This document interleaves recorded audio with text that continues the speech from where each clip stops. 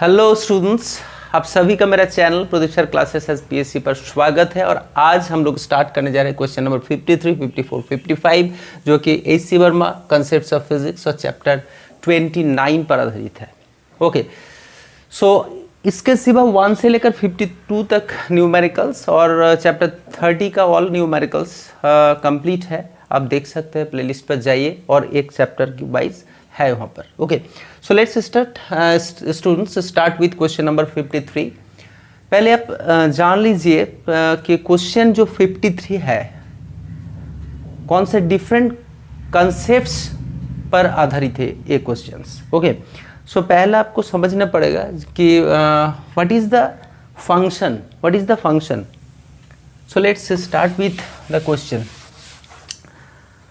Students, function क्या है वो समझना पड़ेगा। फंक्शन मतलब सोचिए y इक्वल टू एक्स और y equal to x square, इस दोनों के बीच में डिफरेंस क्या है।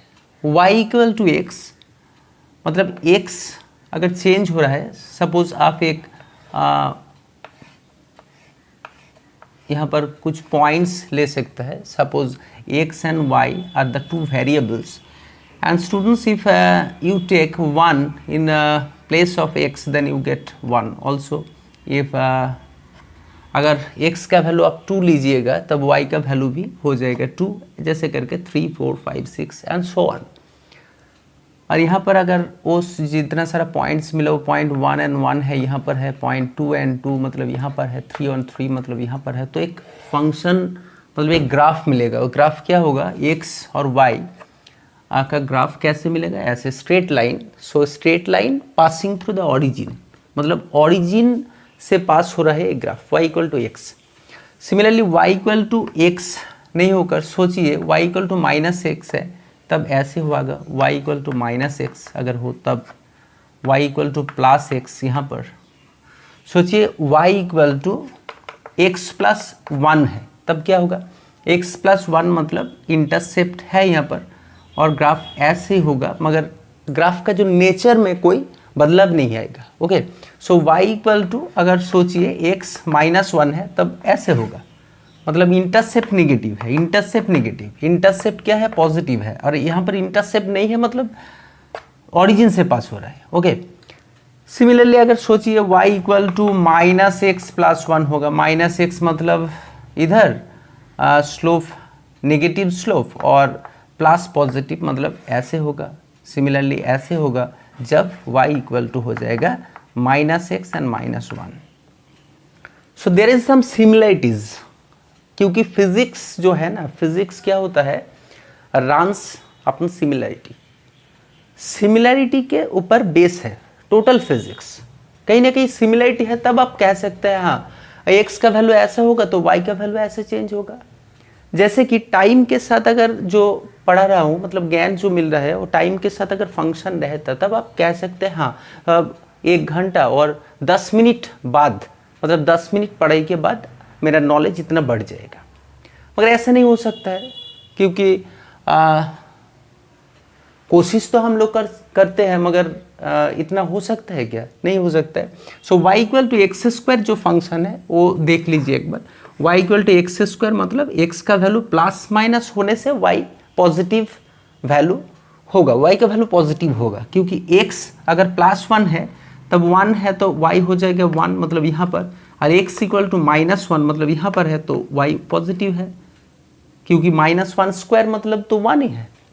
सिमिलरली सोचिए अगर यहाँ पर 2 है तब 1 2 फिर 4 हो जाएगा, 1 2 3 4, मतलब बढ़ रहा है। और सिमिलरिटी ऐसे करके नहीं है, मतलब स्लोप हर एक जगह में सेम नहीं है। स्लोप क्या हो रहा है, स्लोप चेंज हो रहा है। तो स्लोप क्या हो रहा है, चेंज हो रहा है, मतलब स्लोप की बढ़ने का जो तरीका एक नहीं है। जैसे कि ये नहीं है, हर एक पॉइंट पर स्लोप डिफरेंट है। यहाँ पर स्लोप क्या है वो देख लीजिए, यहाँ पर स्लोप क्या है, बढ़ गया स्लोप, क्योंकि स्लोप मीन्स tan थीटा। अगर यहाँ पर tan थीटा लीजिएगा, tan थीटा 1 सोचिए, तब a divided by perpendicular by base, और यहाँ पर का जो परपेंडिकुलर है वो सोचिए कम बाई यहाँ पर तो ज़्यादा होगा। सोचिए 2/4 है, सोचिए 2/4, मगर यहाँ पर का tan थीटा क्या हो जाएगा, tan थीटा इक्वल टू यहाँ पर ज़्यादा है और यहाँ पर कम है, सो ये 4/2 है। सपोज सोचिए क्योंकि ज़्यादा है तब tan थीटा का वैल्यू यहाँ पर क्या है 2 है और यहाँ पर हो जाएगा हाफ, तब स्लोप यहाँ पर ज़्यादा है, मतलब यहाँ पर ज़्यादा स्टीपर है, स्टीपर जो लाइन है। ओके, तब स्लोप मतलब ये जो है यहाँ पर अगर ए वाई और एक्स पकड़ जाएगा यहाँ पर, तब ये हो जाएगा डेल्टा वाई एंड हो जाएगा delta x. So delta y by delta x, tan theta का वैल्यू क्या होगा delta y by delta x, this is tan theta 2 at that position. So this is the change in some variables with respect to the other variables. Delta y, delta means आप सोच सकते हैं delta means change. So कोई variable change हो रहा है with respect to another variables. This is called gradient.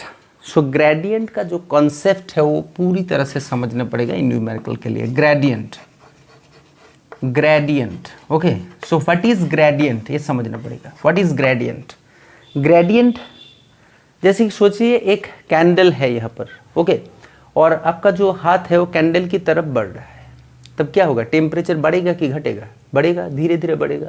सब जो बढ़ रहा है उसको dx पकड़ लीजिए, मतलब धीरे धीरे, धीरे मतलब d, okay, d d d d ऐसे करके। सो dx के साथ साथ क्या हो रहा है, dx बढ़ रहा है और टेम्परेचर बढ़ रहा है। टेम्परेचर मतलब सोचिए थीटा, थीटा मीन्स टेम्परेचर, और you can say that this is delta T and D x. So D T by D x ये बन गया टेम्परेचर ग्रेडियंट। क्या हुआ temperature, temperature gradient. So what is gradient? Gradient मतलब change होना, कोई function change हो रहा है उसके हिसाब से, कोई मतलब डिस्टेंस की वजह से टेम्परेचर चेंज हो रहा है। So you can say that D d x of theta, okay, D d x of theta.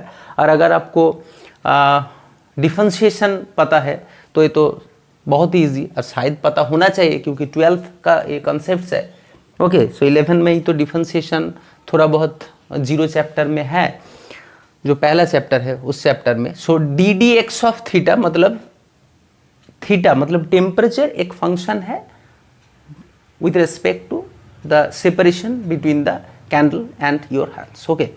Similarly आप सोचिए कि आप और आपका फ्रेंड रोड पर जा रहे हैं, ठीक है, और आपको हर एक स्टेप के बाद, हर एक स्टेप के बाद 10 रुपीज़ करके मिल रहा है, तब 10 10 10 ऐसे करके मिल रहा है, तब आप कह सकते हो जो 13 स्टेप्स और 10 स्टेप्स लेने के बाद कितना मिलेगा आपको, 10 × 10 ऐसे 100 रुपीज़ मिल जाएगा। मगर आपका फ्रेंड का ऐसे मिल रहा है कि हर एक स्टेप जाने के बाद सोचिए 10 रुपीज़ मिल रहा है, फिर नेक्स्ट स्टेप के बाद 20, फिर सोचिए 100 रुपीज़ मिल गया। तो आप नहीं कह सकते कि 10 रुपीज़ 10 स्टेप्स जाने के बाद कितना मिलेगा, ओके, सोच रहे हैं ना। सो ग्रेडियंट मतलब एक सिमिलरिटी होना चाहिए और चेंज के हिसाब से कोई एक फंक्शन हो जाना चाहिए, कोई एक फंक्शन कितना सारा फंक्शन है वो तो आपको पता ही है, क्योंकि फंक्शन जितना सारा फंक्शन आप ये वर्ड दिमाग से ले सकते हैं, LATE, आईलेट, आई मतलब inverse function, inverse function, L for logarithm, logarithmic function, और A for algebraic function, T for trigonometric function, और E for exponential function, exponential. और इन्वर्स फंक्शन कैसे है, y इक्वल टू सोचिए साइन इन्वर्स ऑफ x है, तो एक function है और इसका चेंज होने का तरीका अलग है, क्योंकि y equal to log x तो अलग तरीके से चेंज होगा। Similarly y equal to x square, इसका फंक्शन अलग है, y equal to sine x रहेगा तब अलग होगा, और y equal to e to the power of x रहेगा तब भी अलग होगा। So there are different functions, so many functions, there are 5 functions and you can memorize it with the help of ILATE, ये वर्ड को समझिए, और inverse, logarithmic, algebraic, trigonometric, exponential function, there are 5 different functions। और gradient आपको पता चल गया। So let's आप लोग अभी 53 नंबर जो कॉन्सेप्ट्स है वो कॉन्सेप्ट्स को अब समझ लीजिए। क्या है numericals? A uniform electric field है exist in the vertically downward direction, vertically downward direction में एक इलेक्ट्रिक फील्ड है, ठीक है, एक इलेक्ट्रिक फील्ड है। क्वेश्चन नंबर 53, ओके, एंड इसका वैल्यू दिया हुआ है 10 न्यूटन बाई कूलम। और क्या करना पड़ेगा, exist in the vertically downward directions, find the increase in the electric potential as it goes up through a height of 50 centimetre. Oh so electric field इधर है 10 न्यूटन पर कूलम, और आपको जाना है इधर अपवर्ड डायरेक्शन में आपको जाना है। यहाँ पर सोचिए यहाँ से यहाँ तक आप गए और इस डिस्टेंस बन गया 50 सेंटीमीटर। ओके, सो एक चार्ज यहाँ पर है, सोचिए चार्ज है मतलब इसके अंदर चारों तरफ क्या होगा, फील्ड होगा। तब चार्ज है मतलब फील्ड है, यहाँ पर इलेक्ट्रिक फील्ड है यहाँ पर। ओके, सो चार्ज है, फील्ड है, बहुत बढ़िया, इलेक्ट्रिक फील्ड है चारों तरफ।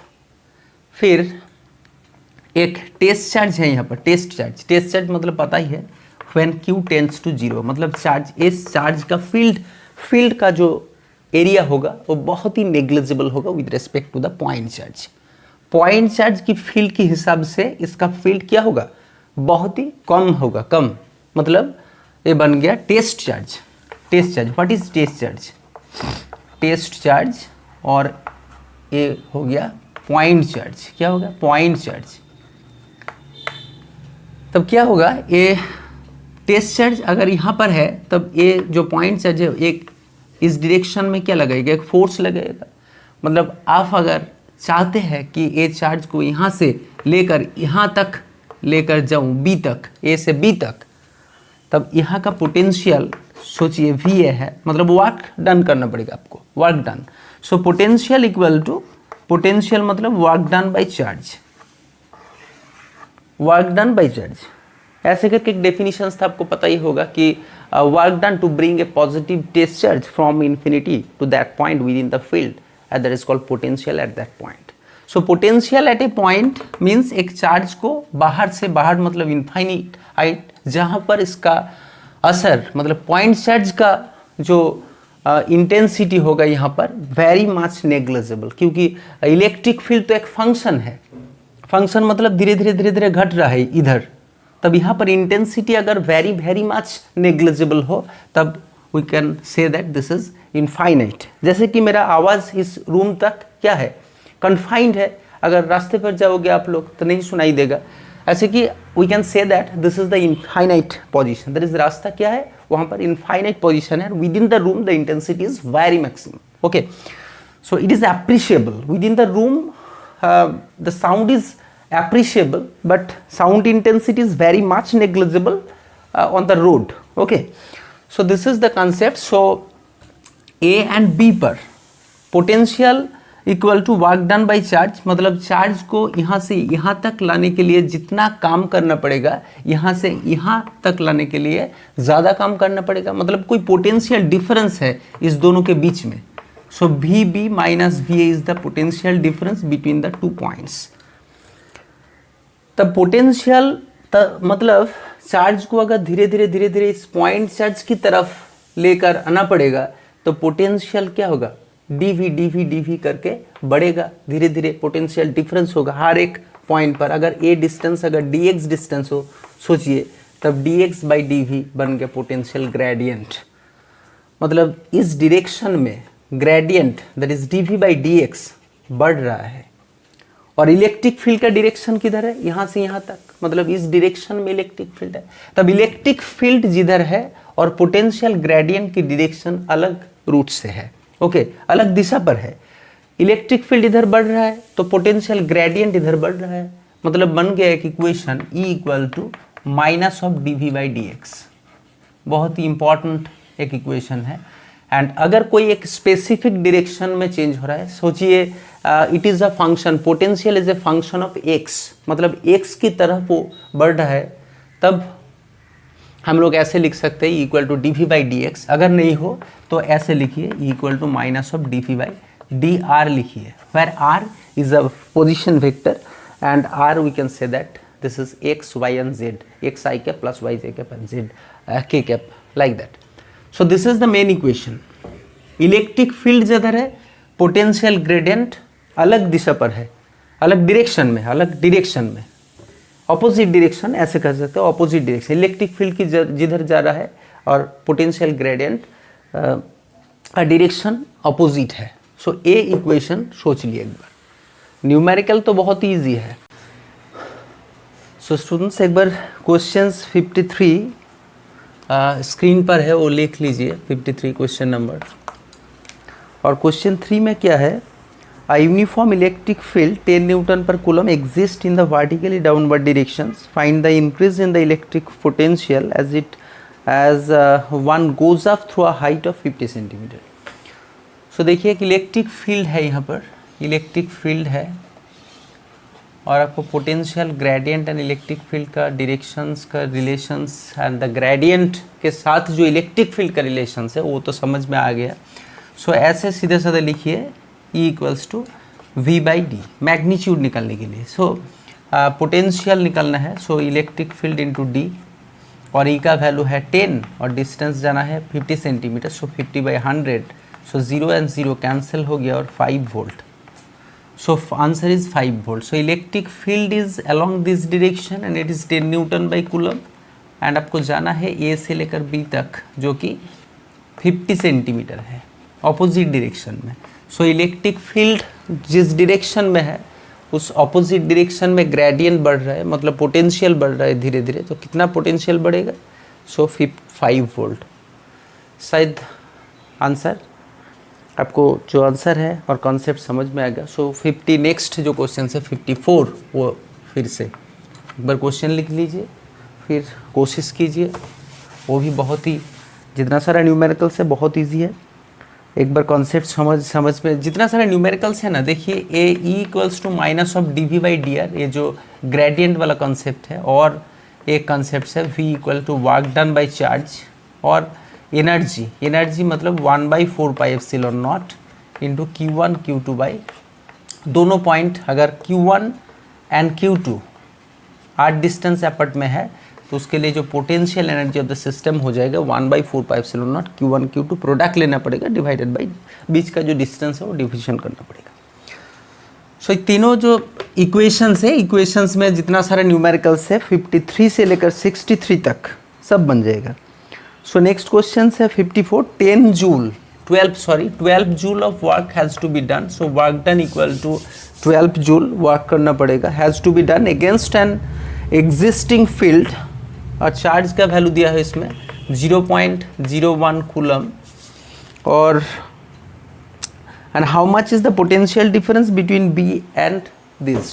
सो पोटेंशियल डिफरेंस का फॉर्मूला क्या है, वर्क डन बाई चार्ज, और जैसे कि वर्क डन तो है 12 बाई चार्ज 0.01, सो इस 0 को पॉइंट को हटाने के लिए क्या करना पड़ेगा, 100 देकर मल्टीप्लाई करना पड़ेगा, फिर 1200, 1200 वोल्ट, मतलब ए आर बी पॉइंट में जो पोटेंशियल डिफरेंस है वो है 1200 volt. Okay, so this is also this simple one. So the next one is 54 का जो क्वेश्चन है वो एक बार फिर से लिख लीजिए और कोशिश कीजिए।